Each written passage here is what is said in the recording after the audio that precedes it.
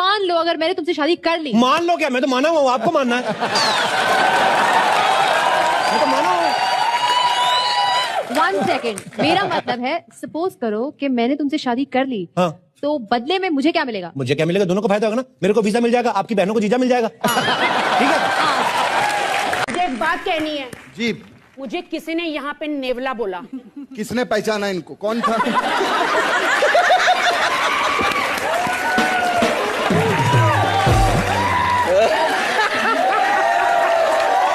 मुझे सपना आया था कि मैं करिश्मा कपूर जैसी शानदार एक्ट्रेस बनी। अपनी शक्ल देखिए। चुप करो, मेरे मोहल्ले में सब मुझे कहते हैं कि मैं करिश्मा कपूर जैसी लगती हूँ। हाँ, तो अंधों के मोहल्ले में रहती क्यों है?